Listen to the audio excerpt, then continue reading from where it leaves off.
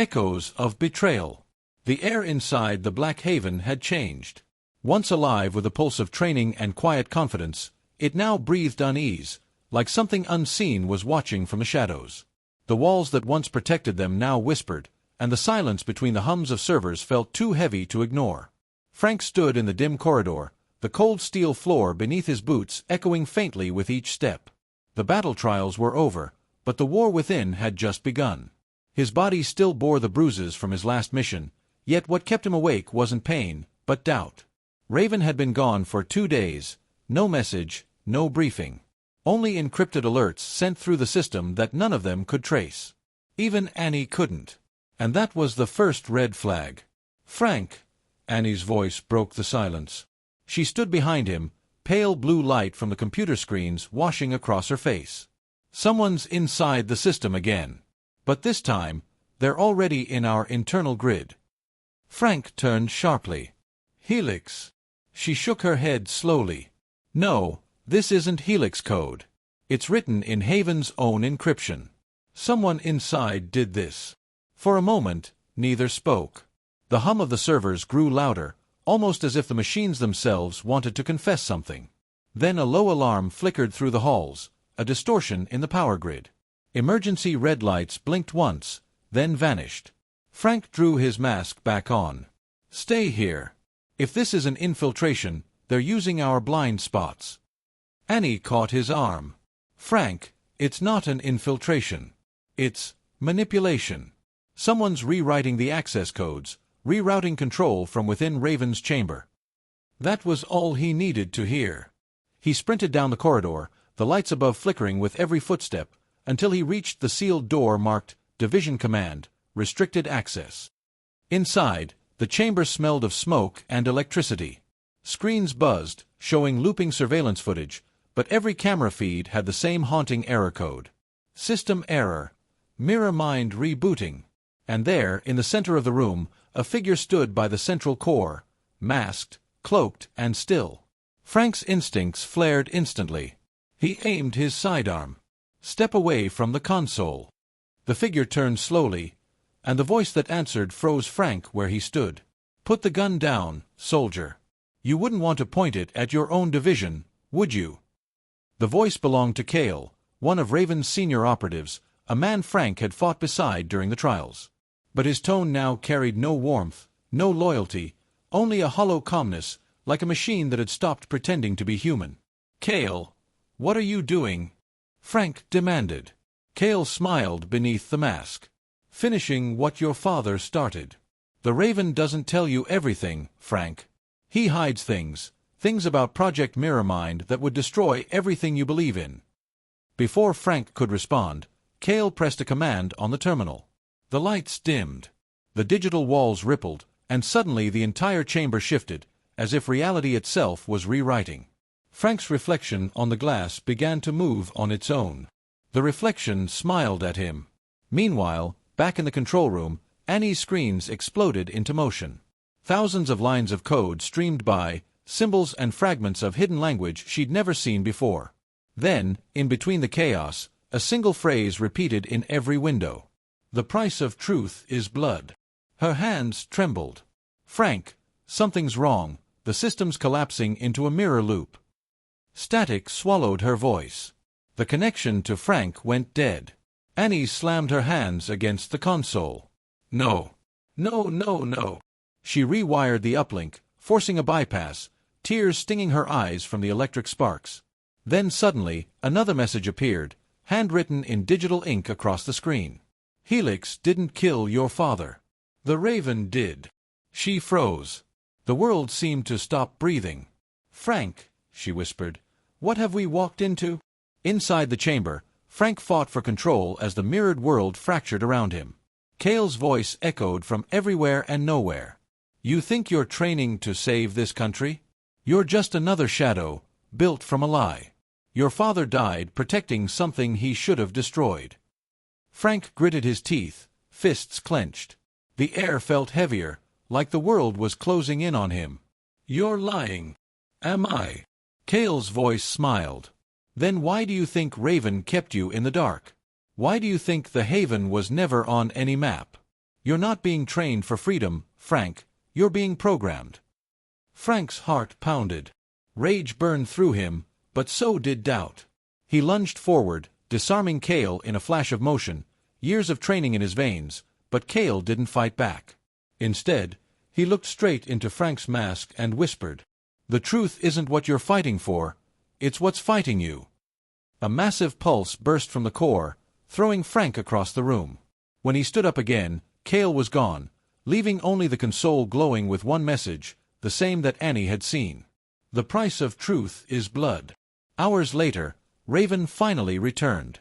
His cloak was torn, his eyes darker than ever. Annie confronted him instantly. "What is Project Mirror Mind?" she demanded. "And why did Cale say you killed Frank's father?" Raven looked between her and Frank. His voice was low, colder than the tunnels themselves. "Because sometimes, to save a hero, you must first bury the man he was." And before either could speak, the power in the haven died. Darkness swallowed everything. The Black Haven was silent, but it wasn't peace. It was the silence of grief before the storm, the kind that presses against your chest and makes every breath heavier than the last. Frank stood among the shattered screens and flickering wires, Cale's words still replaying in his mind like a wound that wouldn't stop bleeding. "The Raven killed your father." That line had burned deeper than any injury he'd ever endured. Raven's silhouette appeared in the darkness, the faint blue glow of emergency power outlining the sharp edges of his armor. His voice broke the silence, low, calm, and dangerous. "Frank, you weren't supposed to see that message." Frank turned, his jaw clenched. "So it's true." Raven didn't answer immediately. He removed his mask slowly, revealing a face aged not by years, but by the weight of too many secrets. "The truth," he said, "is never what you want it to be. It's what the world forces it to be." Annie stepped forward, eyes burning with confusion and fear. "Why would you hide this from us? Cale said you were part of Project Mirror Mind, that you and Frank's father were brothers in shadow," Raven interrupted softly. "That stopped them both cold." Raven's eyes flickered with something human for a moment, sorrow. "Your father, Aiden Maccury, wasn't just a soldier. He was the core of a division that didn't exist on paper, the Silent Order. We worked under a project meant to rewrite human behavior through neural mapping. It was supposed to create protectors immune to pain, fear, or corruption." He looked directly at Frank. "He volunteered to become the first subject." Frank's breath hitched. "My father volunteered for that?" Raven nodded. He believed it would make him the perfect shield for his country. But something went wrong. The program evolved beyond control. It began rewriting his mind faster than we could stop it. The system he helped design, Mirror Mind, started feeding on his memories, his emotions, even his identity. Annie whispered, horrified. "He was losing himself." "Yes," Raven said quietly. "And the only way to stop him from becoming something else, something inhuman, was to destroy the neural core before it reached full synchronization. I didn't want to. But your father, he begged me to." The words struck like bullets. Frank felt his knees weaken, his throat dry. "You're saying, my father asked you to end his life?" Raven lowered his gaze. "He said if the world ever learned the truth, you'd grow up chasing a ghost instead of your purpose. He wanted you to live free from the shadow that took him." Frank's fists trembled. "Then why lie to me? Why make me believe Helix did it?" "Because Helix did finish what Mirror Mind started," Raven replied grimly. "They stole fragments of the project and weaponized them. They're creating soldiers who don't think, only obey. The same nightmare your father tried to prevent is being rebuilt right now." He stepped closer, voice harder now. "That's why I trained you. Because the only person who can stop them is the son of the man who began it all." Annie looked between them, her mind racing. "Then Cale, he must have been part of Mirror Mind too. That's why he said he was finishing what your father started." Raven nodded. "Cale was Subject 02. He was meant to be the balance, the control experiment. But when the project was shut down, he refused to be decommissioned. He saw the program as evolution, not corruption." Frank's chest tightened. So that's why he's with Helix now. He's continuing the program under their command. Raven's tone darkened. And now, he's using your father's memories, extracted from the original core, to rebuild Mirror Mind 2.0. A cold silence filled the room. Annie's fingers trembled over the console, tracing the cracks on the screen like she could still feel the pulse of the system beneath it. Then that message, "The price of truth is blood." It wasn't just a warning, was it? Raven turned his gaze toward the ceiling, as if hearing something distant. It's the project's failsafe command. Whenever the original code detects betrayal, it activates. It doesn't just destroy data, it erases people from memory. Frank's eyes widened. You mean? Yes. Raven's voice hardened. Cale just triggered it. The floor beneath them shuddered. Lights dimmed again, but this time it wasn't just power loss. The walls of the Black Haven were pulsing, like veins under skin. The old system, dormant since his father's time, was waking up. Annie screamed as the data core split open, beams of light shooting through the chamber. Codes poured out like living streams, spiraling symbols floating in the air. Frank, it's rewriting our reality. The Haven's neural net is merging with Mirror Mind. Raven grabbed Frank by the shoulders. Listen to me, if we don't stop it now, the entire Haven will collapse into its own digital echo. You have to reach the control vault and shut it down from inside. Only you can. Frank shook his head. Inside? That could kill me. Raven's voice was iron. So could the truth. Choose wisely. Frank glanced at Annie, terrified, tears in her eyes, whispering, "You can't go alone." He smiled faintly. "I never have." Then he pulled down his mask, took one last breath, and ran straight into the beam of light. His body vanished into the swirling chaos of Mirror Mind, leaving behind only the sound of his heartbeat echoing through the dark. Annie fell to her knees, screaming his name. Raven closed his eyes, whispering almost like a prayer, "He's his father's son." And then, for the first time, the Black Haven began to bleed light. Frank opened his eyes to a world that didn't make sense. There was light, everywhere, but it wasn't sunlight. It pulsed, like a heartbeat, glowing through walls made of glass and shifting metal. Every step he took echoed infinitely, as if the air itself were hollow. He wasn't in the Black Haven anymore. He was inside it. Around him stretched a labyrinth of mirrored corridors, each reflecting 1,000 versions of himself, tall, broken, bloodied, young. Some smiled. Some screamed. Some looked back at him with different eyes. Frank whispered, "Where am I?"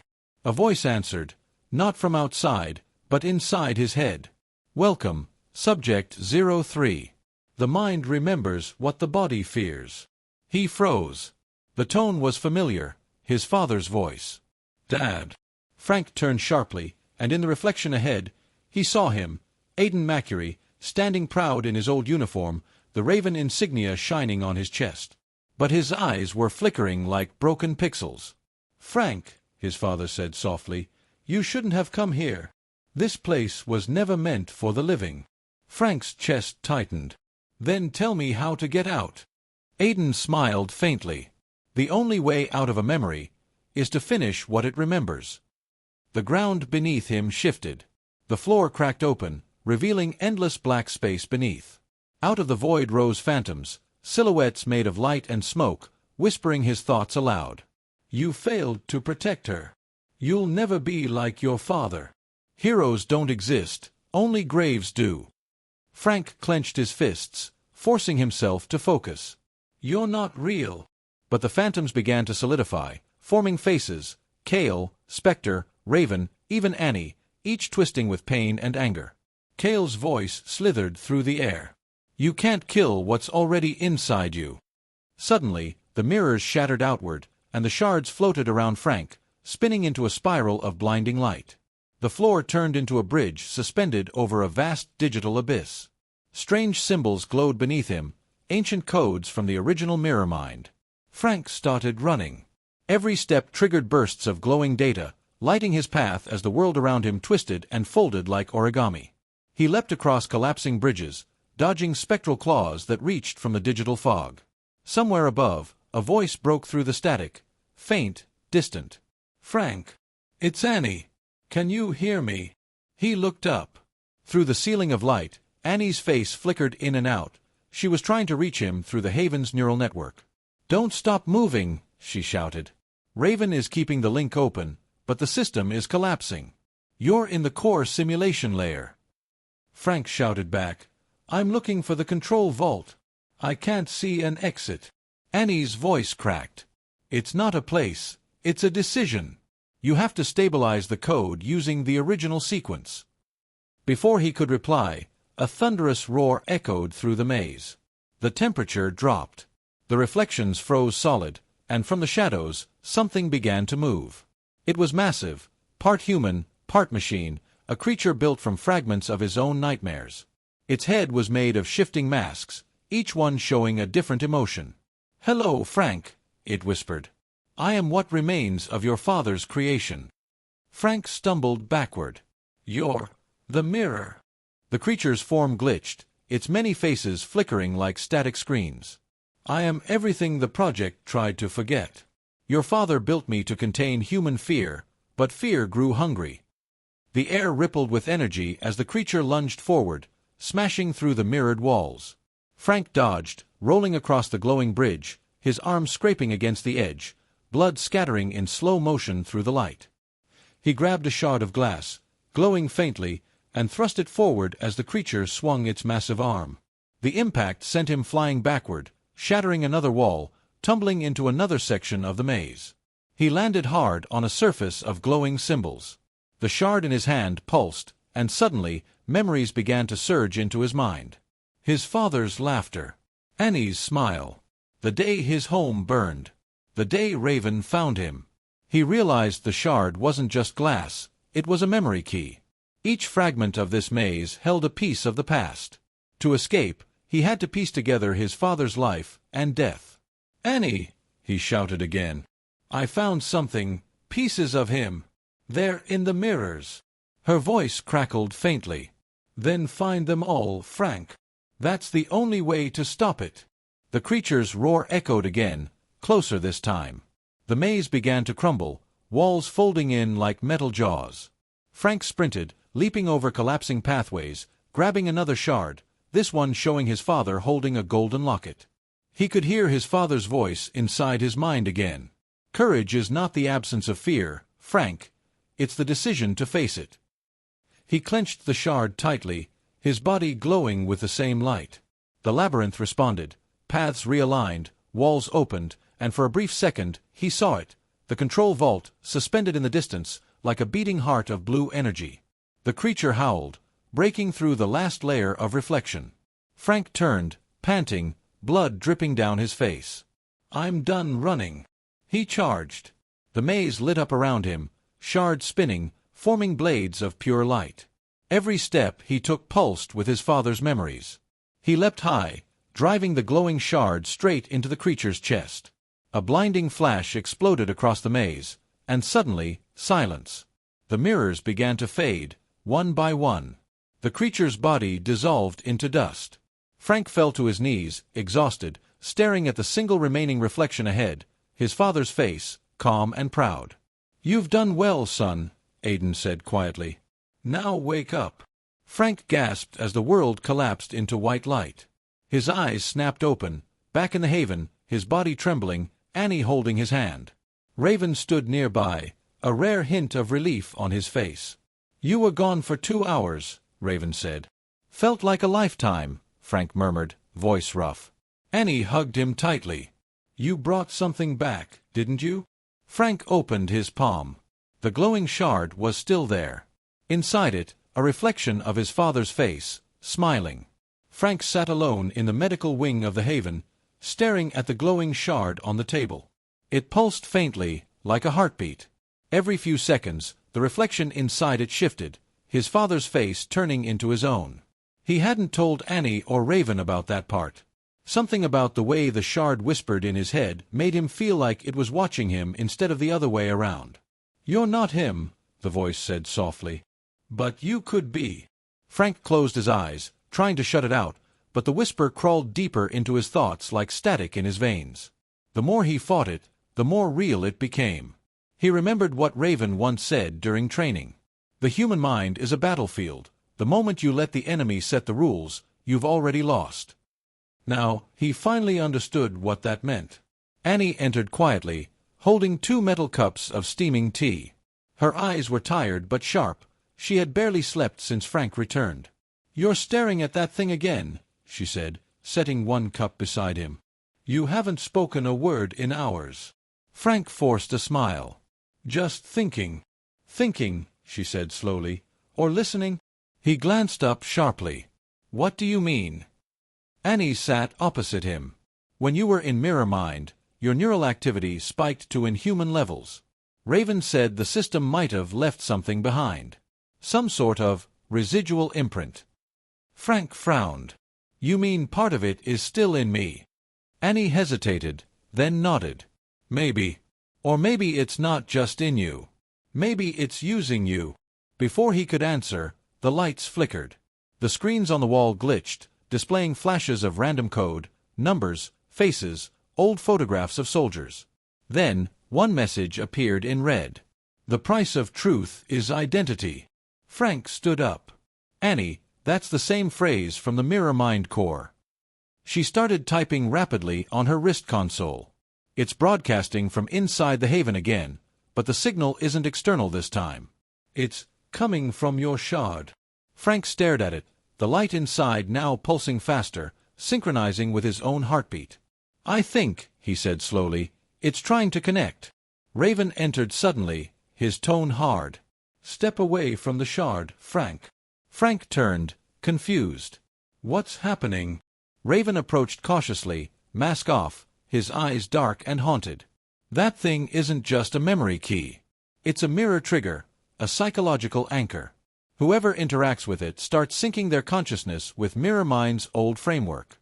You stay too close, and it'll begin rewriting you." Annie's face went pale. "Rewriting him into what?" Raven looked at Frank, and for the first time, there was something like fear in his expression. "Into his father." The words hit like ice water. Frank stumbled back, shaking his head. "No. No, that's impossible." Raven's tone sharpened. "Your neural readings already match Aiden Maccury's last recorded patterns. The shard doesn't just hold data, it holds him. If you keep linking to it, the memory will consume your own." Annie's voice trembled. "You mean, he's slowly becoming his father?" Raven nodded grimly. "Or worse, something caught between the two." Frank gripped the edge of the table, veins standing out in his hands. "You knew this would happen, didn't you?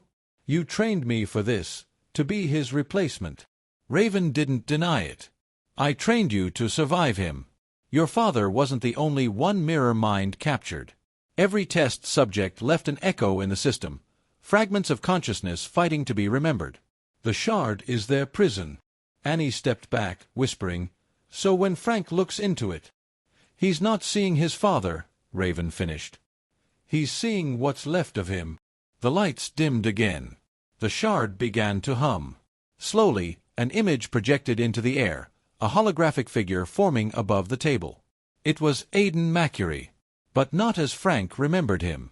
His father's face was emotionless, his eyes hollow, like the reflection of a man who had forgotten he was ever alive. "You shouldn't have opened the door," the hologram said, voice distorted. "Now, we share the same reflection." Annie tried to shut the system down, but the hologram turned to her, its gaze suddenly sharp. "The girl is irrelevant. The process only requires one mind." Frank stepped forward, fury burning in his eyes. "You're not my father." The hologram tilted its head, almost smiling. "You're right. Not yet." Then the shard exploded in light. Frank's mind flooded with images, memories he didn't own. His father standing on a battlefield, blood and fire everywhere. Helix Labs. Experiments. Screaming. Then, a voice. "You can't kill an idea, Frank. You can only become it." He opened his eyes. The room was gone. He was somewhere else again, a cold metal hallway lined with shadows, alarms blaring in the distance. He looked down. His hands were gloved, but not his own. His reflection in a cracked mirror showed his father's face. Frank screamed. Back in the real world, Annie and Raven watched in horror as Frank's body convulsed, his vitals spiking off the charts. The shard's pieces lifted into the air, orbiting him like glowing satellites. "Raven!" Annie shouted. "He's merging." Raven's voice was grim. "No, he's being tested. Mirror Mind is probing his identity, trying to see which self breaks first." Inside the hallucination, Frank stumbled through the corridor, voices whispering all around. "You're him. You were always meant to replace him. Identity is a weakness." He slammed his fist into the wall, breathing heavily. "I'm not him. I'm Frank." The whisper changed tone, softer now. "Then prove it." A figure appeared ahead, Kale, standing perfectly still, his mask reflecting red light. "Welcome home, Subject 03. Frank clenched his fists. "This ends now." Kale's voice echoed through the void. "No, Frank. This is where it truly begins."